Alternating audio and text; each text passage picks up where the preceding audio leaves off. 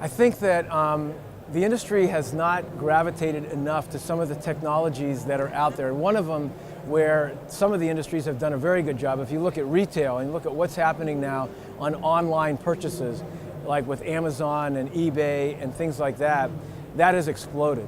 And the growth is much more significant there than in brick and mortar shops.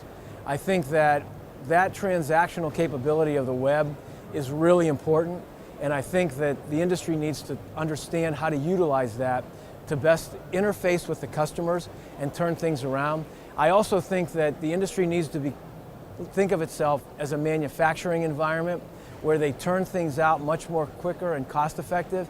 And I think that connecting things is very important, as opposed to having silos that we did in the past where we pass things from one group to another. And I think that we're going to see much more connectivity all the way from the web and customers through shops to be able to understand what is going on in each step of the way, how much labor you have, how much material you're using, how much ink you're using, everything about the process, how much finishing you're doing to get to the end game. So the customer can be updated on where the status of his job is, understand what his cost and price differentials will be, and the person running the shops will understand how they can best utilize their equipment and labor to get profitability.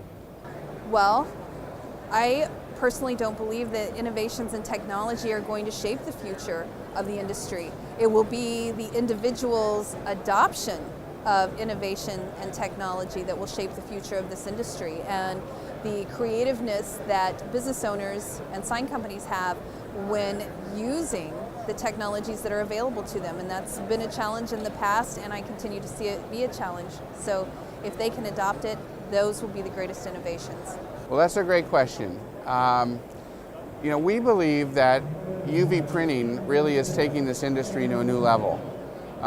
Just in the 3 years of our one product, we see just a tremendous development. We were printing at about 175 square feet an hour 3 years ago with UV technology. Today, we've basically tripled that technology, and we see some of our competitors and other people in the marketplace really go to UV technology to get the speed and the throughput, where other technologies like solvent printing and latex are having a hard time competing with some of the new technologies in UV printing. Well, that's a really good question, because I think we're just starting to see one of those technical shifts happening right now in terms of where we are, what the presses out there can do. And what's driven this has been, I think all of the companies in the industry have learned where they've come from with shuttling heads, and what we're starting to see now is the first of the big page-wide arrays starting to make their presence felt. We had it first with the dot tricks. We're starting to see a lot of other players come into the labeling market with narrow page-wide arrays. We then brought in the first really big page-wide array at 1.6 meters wide. That's a massive 5 foot wide page-wide array to enable the Empress Tiger to be able to produce the incredible speeds it produces today of nearly 800 square meters an hour, and that is a good 8,000 square foot an hour out of a single press. What we're seeing at IPEX coming up now is the first of those page-wide arrays actually starting to move into the field of offset presses. So inkjet presses, which are going to start challenging offset presses. And so I think this switch, which has been driven by the latest heads, is what's really going to change the face of the industry from a productivity and a quality point of view over the next few years. You look around at this show and what's going on in this show. I mean, clearly we've demonstrated the ability now to put graphics on anything and everything. And so that's exciting, but the vast majority of those graphics are of a temporary nature. So now as these things proliferate and you see us do more graphics, short-term graphics, not only just on vehicles and boats, but on buildings and all manner of fabrics now, what do we do with those things? This starts to become an issue about what are we going to do with these things once we're done with them. And so sustainability concerns, I think, begin to rise And I think you're seeing some good innovations here at this show.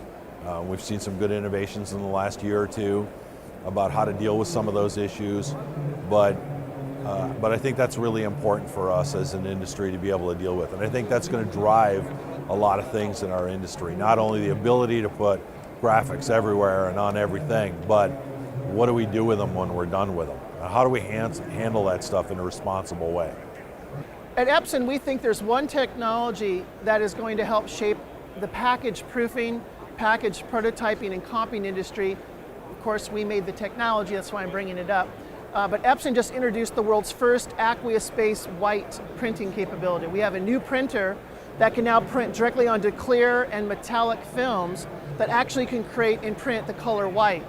The result is a very low-cost, environmentally friendly, a very cool way to actually simulate and print a wide range of flexo packaged products, whether it's a Coca-Cola can or a Pepsi can, or it's going to be a label or anything that requires the color white or a metallic ink. We can now print it directly with an aqueous-based, water-based printer, and it's very, very cool technology, very low-cost technology. So we think there might be a whole new generation and a whole new area that's available to customers that are trying to create these package prototypes, comps of various packaging products where white is required and silver is required.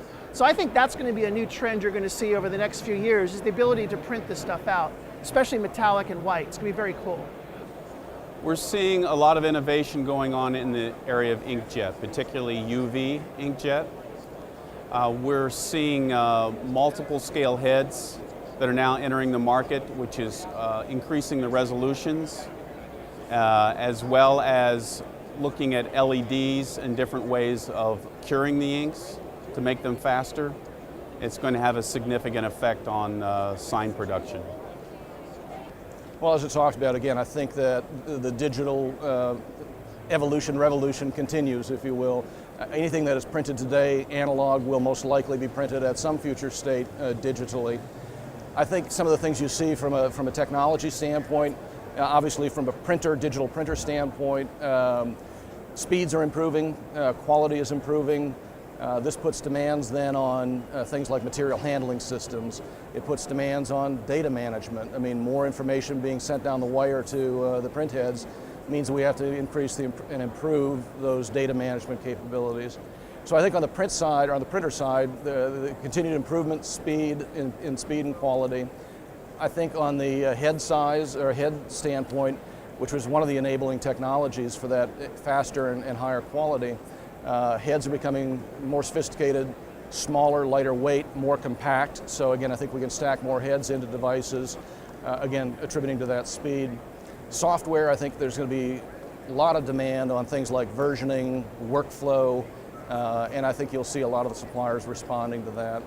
And then lastly, and I guess most importantly from our perspective, is the fluid technologies will have to keep pace as an enabling technology. We'll have to keep pace and in certain cases lead the way by developing ink systems that meet these higher speeds, higher quality demands, and also begin adhering to a wider range of media and basically expanding the envelope for digital print.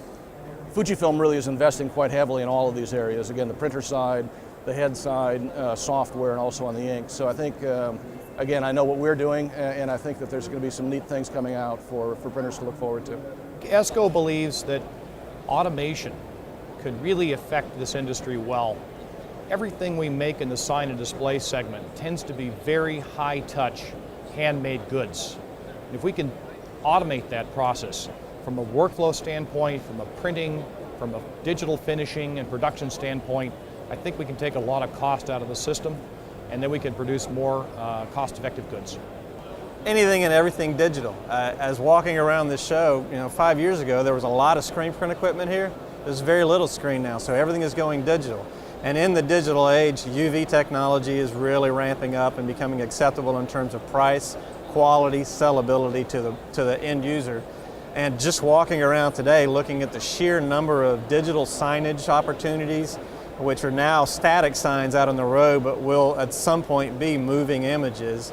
So it is going to make it easier for people to sell ad space with multiple buyers instead of just one sign for one person. You're going to have one sign for 10, 20 people that they can change the message very quickly.